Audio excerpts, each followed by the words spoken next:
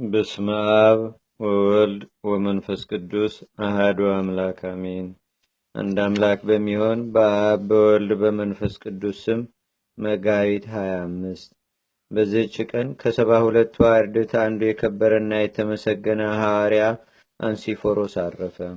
ይህም ከእስራኤል ልጆች ከብንያም ነገድ ነው። ወላጆቹም የኦሪትን ሕግ የሚጠብቁ ናቸው። እርሱም ሥራዎቹን ባየ ጊዜ ትምህርቶቹንም በሰማ ጊዜ ጌታችንን ተከተለው። ድንቅ የሆኑ ታምራቶችን እየተመለከተም ጥቂት ቀን ተቀመጠ። ጌታችንም በሀገረ ናይን የመበለቲቱን ልጅ ባስነሳው ጊዜ ከዚያ ነበረ። ይህን አይቶ ወዲያውኑ አመነ። ሌላ ምልክትም አልሻም። ብልጭ ብልጭ ሲል የነበረ የአይሁድ የሕግ ፋናን ትቶ ወደ እውነተኛ ፀሐይ ወደ ጌታ ኢየሱስ ቀርቦ ደቀ መዝሙሩ ሆነው እንጂ። ጌታችንና አምላካችን መድኃኒታችን ኢየሱስ ክርስቶስም ካረገ በኋላ በጽዮን አዳራሽ አጽናይ መንፈስ ቅዱስ በወረደ ጊዜ ከሐዋርያት ጋር የመንፈስ ቅዱስን ጸጋ ተቀብሎ ሐዋርያትንም በመከተል በብዙ አገሮች ውስጥ አስተማረ። ሐዋርያትም በሀገረ አቴና ኤጲስቆጶስ አድርገው ሾሙት። በውስጧም ወንጌልን በመስበክ ብዙዎችን አሳመነ።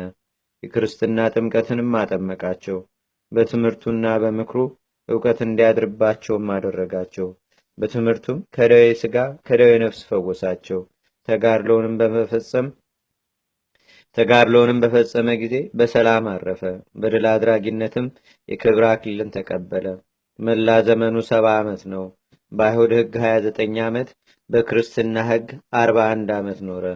እነሆ የከበረ ሐዋርያው ቅዱስ ጳውሎስም በመልእክቶቹ አስታውሶታል፣ ሰላምታም አቅርቦለታል። በጸሎቱ የምትገኝ በረከቱ ከእኛ ጋር ለዘላለሙ ትኑር አሜን። ሰላም ለአንሲፎሮስ እግዚአብሔር ዘጸውኦ ምስለ ሐዋርያት በጽዮን መንፈስ ቅዱስ ይቅቦ ለወልደ መበለት ምውት በሀገረ ናይን ጊዜ አንሶ መንክሮ ነጺሮ ወትምህርተ ቃሉ ሰሚዮ ለወልደ ማርያም አብደረ ከመይኩን ረዶ። አንድ አምላክ በሚሆን በአብ በወልድ በመንፈስ ቅዱስ ስም መጋቢት 26 በዚህች ቀን የከበረችና የተመሰገነች ድንግሊቱ ኢዮጵራክስያ አረፈች። በዚህችም ቀን ዳግመኛ የቅዱስ ፍርፍርዮስ መታሰቢያው ነው።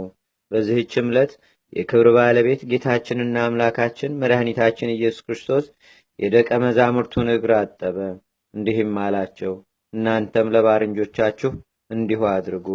ለእግዚአብሔርም ምስጋና ይሁን። እኛንም በቅዱሳን መላእክት፣ ጻድቃን፣ ሰማዕታት፣ ደናግል፣ መነኮሳት፣ አበው ቀደምት ይልቁንም በሁለት ወገን ድንግል በምትሆን በእመቤታችን በቅድስተ ቅዱሳን በድንግል ማርያም ረድኤትና በረከት አማላጅነቷም በአገራችን በኢትዮጵያ በሕዝበ ክርስቲያኑ ሁሉ ላይ ለዘላለሙ አድሮ ይኑር አሜን።